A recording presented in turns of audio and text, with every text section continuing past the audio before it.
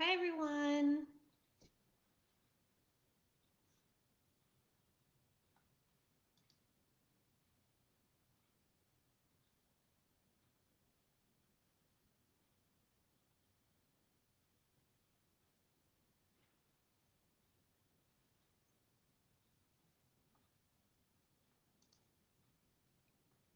All right, looks like we have one person joined us.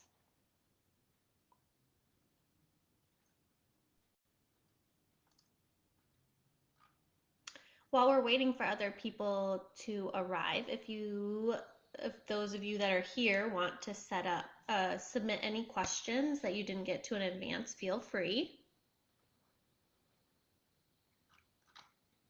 This is my first time doing this, so I'm still trying to figure out how everything works.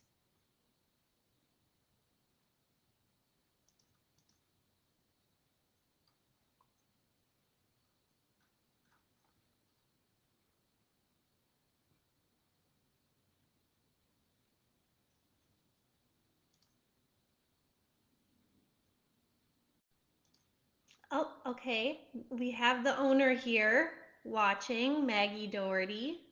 I can see her comments, so I know how this works now. If anyone wants to submit questions, I can see them.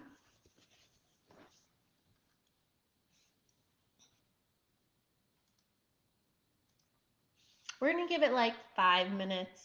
I know a lot of parents have to get their kids to bed.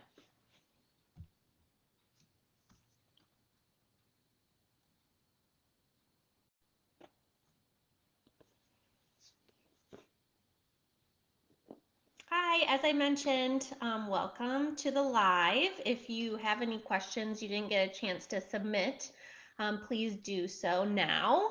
You can go ahead and comment if you have extra questions that you didn't get to ask ahead of time. Otherwise, I'll start here in a few minutes. I just want to give parents a little bit more time to make sure they got their kids to bed and they're all settled in to talk about childhood nutrition. So welcome.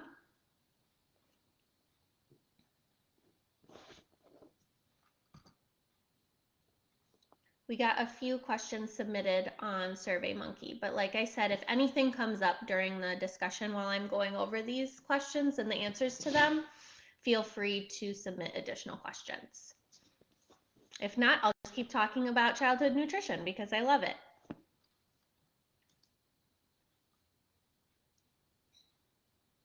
Okay, I'm gonna go ahead and give it just a couple more minutes for any other parents that plan to join on later. And I'll start answering some of the questions that I have.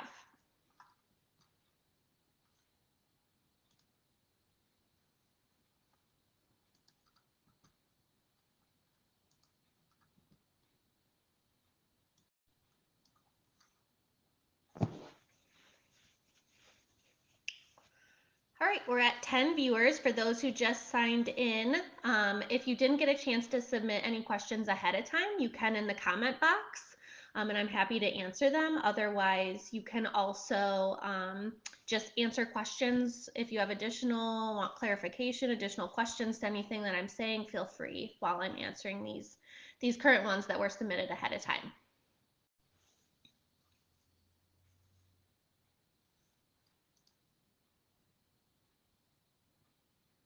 All right, I'll give it one more minute for anyone else. Otherwise, I'll just go ahead and start here in 1 minute.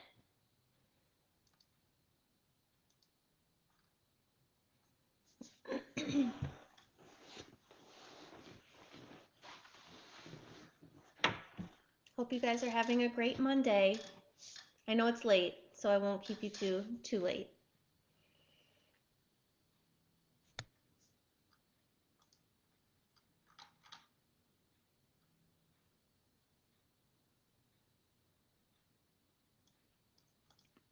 Okay, for those of you that joined, just feel free to add any comments in the comment box. If you have any questions you didn't get a chance to submit, and I will try to answer them throughout the live.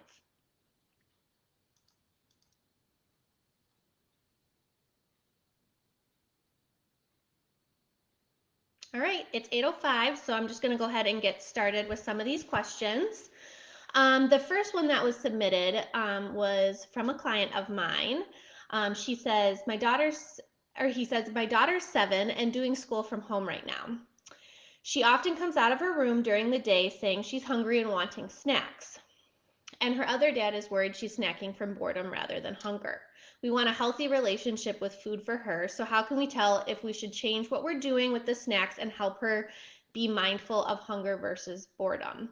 So this is a really great question because this is something that we all need to practice, including adults, when it comes to mindfulness and intuitive eating.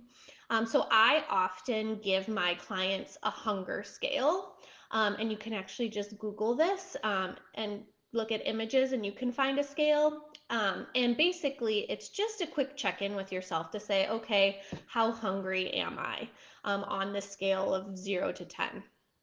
You can post it on the fridge for when the child runs to the fridge for a snack, or in the pantry, just as a reminder for them to start practicing that. Because the sooner that you can teach them a relationship with food, the better.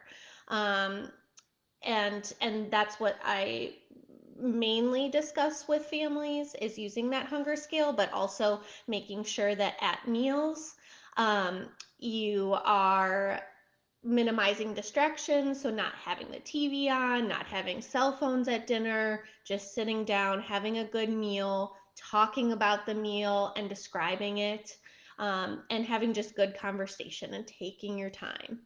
Sometimes I'll tell some of my pediatric clients to, okay, when you're eating the meal, describe it to one of your family members. How does it smell? How does it taste? What texture?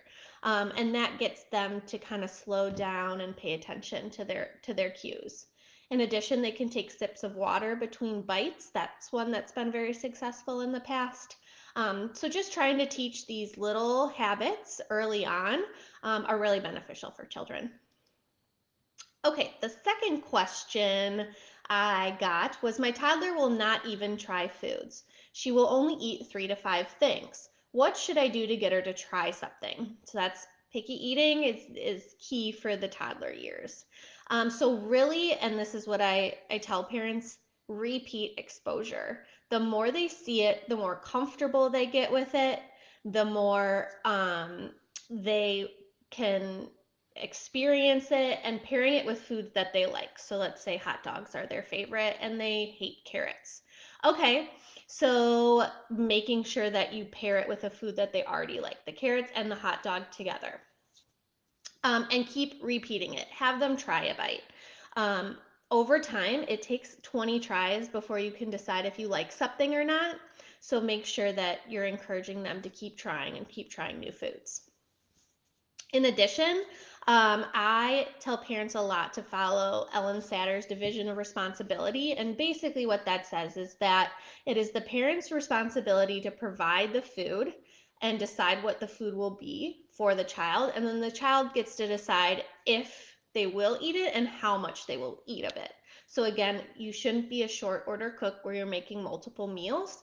It's one meal that the whole family is eating together, and staying strict with that and making sure that you start that from a young age so they know that they can't get away with getting their mac and cheese or chicken fingers or something like that. If they're really rejecting food, you can try to hide it within food. So making mac and cheese and cutting up broccoli really fine and adding it to the mac and cheese is a way you can do that. But mainly it's getting them involved, get them into the kitchen, ask them, do you want broccoli or do you want zucchini for dinner? Not giving them a ton of options, but just giving them 2 so they have to pick. Okay, so the next question I got was, my baby is 1 year and I'm trying to transition from breastfeeding to almond milk. She has a cow's milk allergy. I've tried 4 different sippy cups, but she just won't drink it. And she's becoming overly attached to my breast again. Anything else I can try to get her to eventually make the switch? Okay, so this is a very common question that I get when children can't have cow's milk or won't accept cow's milk. I would recommend using either soy milk or Ripple milk, and that's because almond milk is very low in protein, and we need to make sure that the baby's getting adequate protein especially between the first and second year. Second, a lot of children do outgrow their cow's milk allergy after the first year, so it's something you can discuss with your pediatrician if they deem that it's safe to start slowly introducing some to see if they could have cheese or something like that.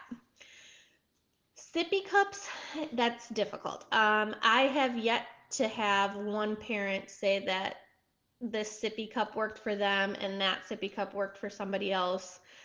Children are very particular with sippy cups, so there is a transitional bottle that you can purchase.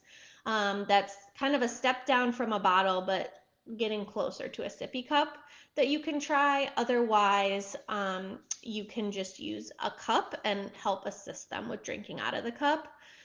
I usually recommend when you're weaning off breast milk to start with 75% breast milk mixed with 25% of whatever milk you're using.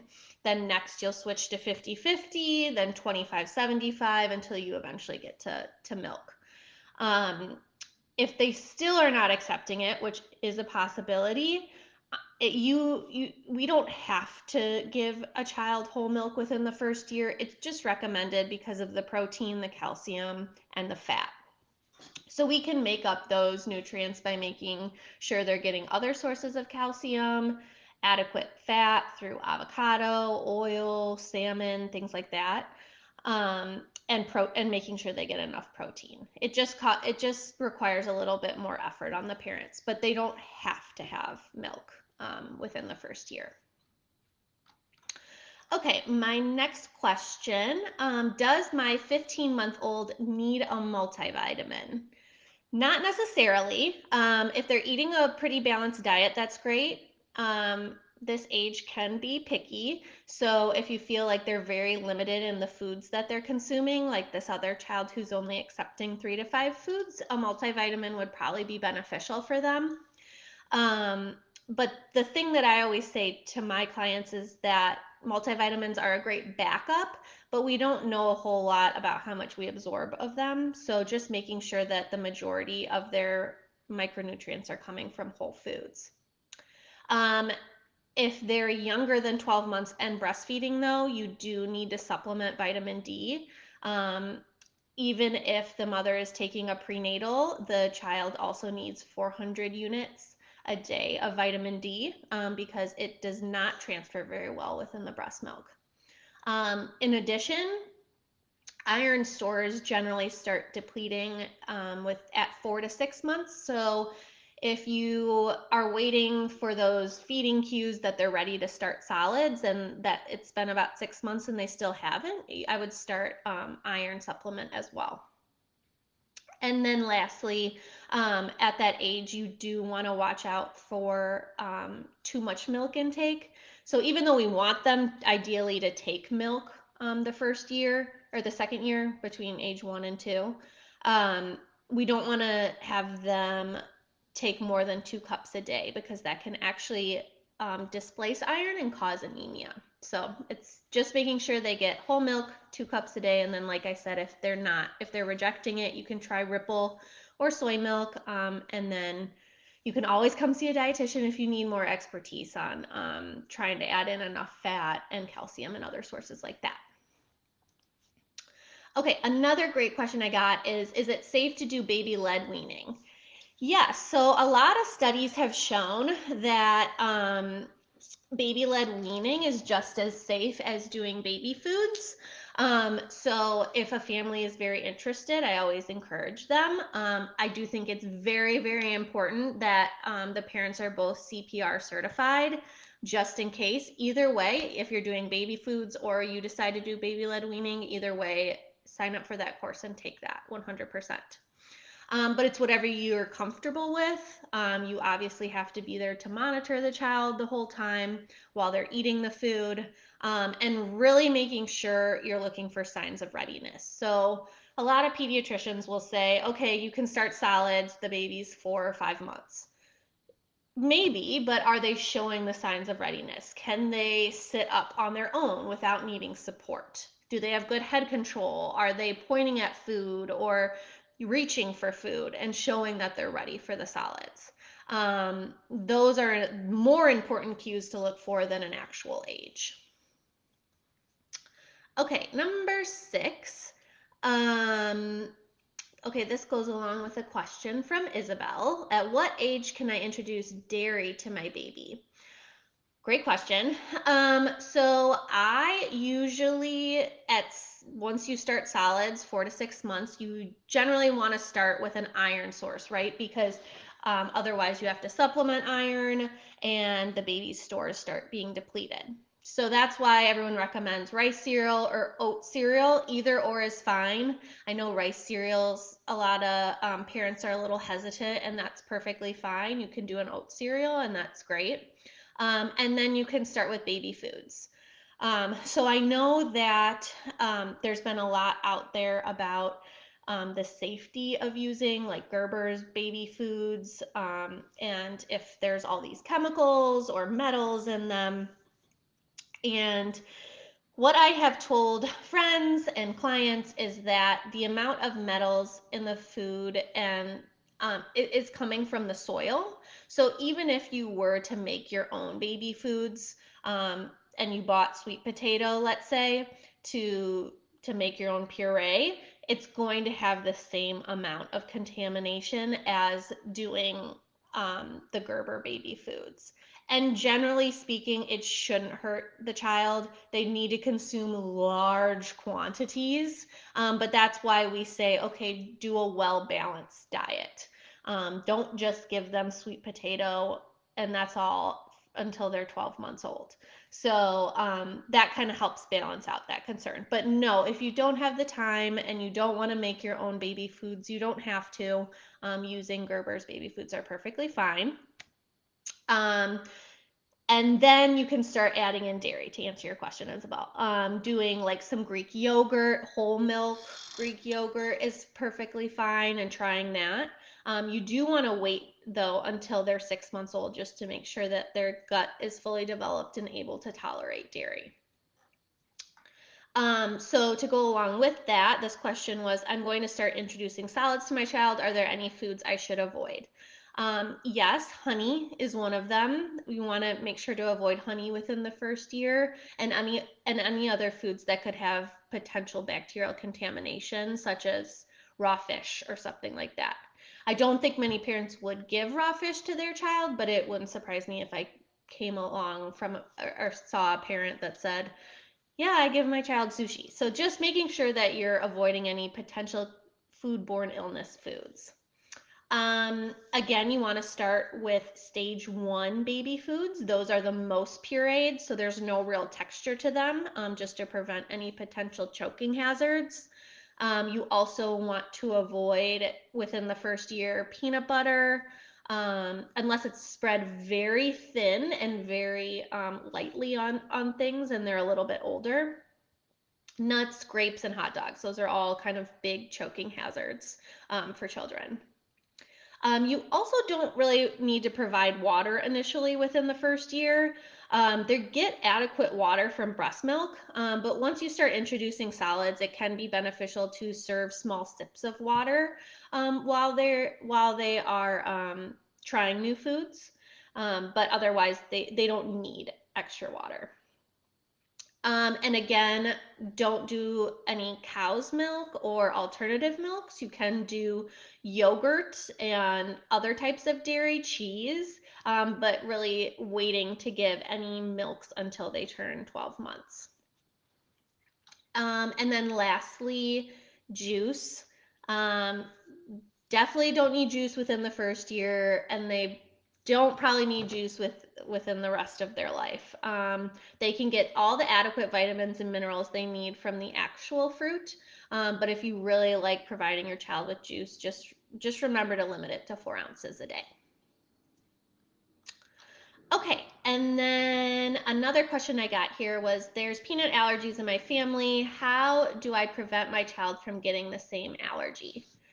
So there was a LEAP study that showed that early introduction of peanut-containing foods in children that are high risk, and this would be considered a high risk child, it was safe, and it actually led to an 81% decrease in the development of a peanut allergy. So usually what they recommend is if the child is high risk, such as if they have a cow's milk protein allergy, or other severe eczema or other allergies, or there's a peanut allergy within the family, they should have an evaluation by an allergist first, and then do an oral food challenge if the doctor recommends that.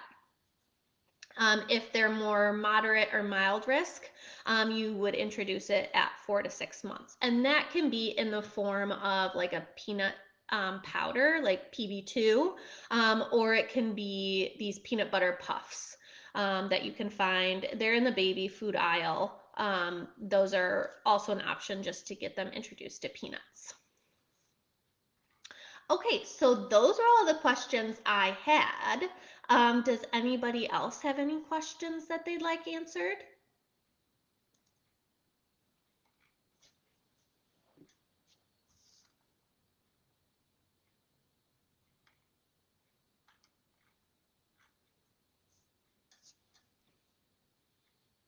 Give you guys a couple more minutes to have any thoughts. Otherwise, I'll get you back to your Monday evenings.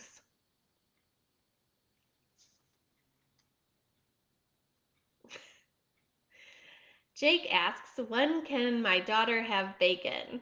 Well,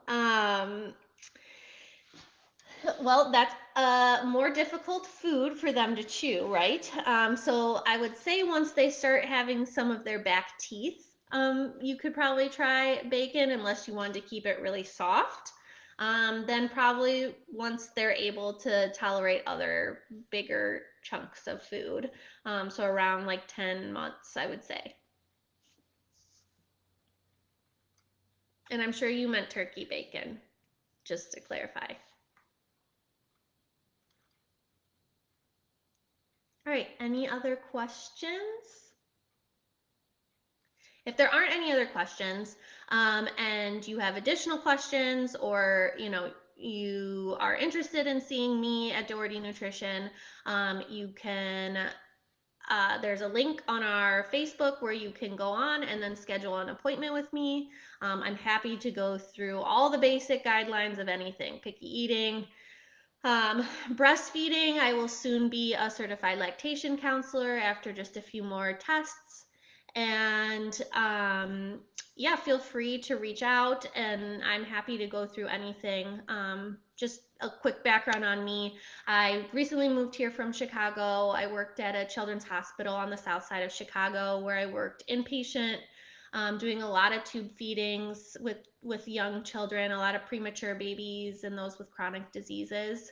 And then I worked outpatient also with pediatricians, so I would see children in an outpatient setting, which was really great. So I got a very wide variety of experience, and I learned a lot.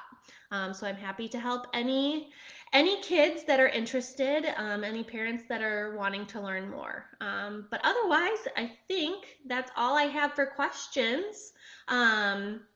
Again, like I said, feel free to reach out to us if you want more information. You can also just submit your email address. I got a couple of those, and we can send you the Doherty Nutrition monthly newsletter just so you can learn more about us.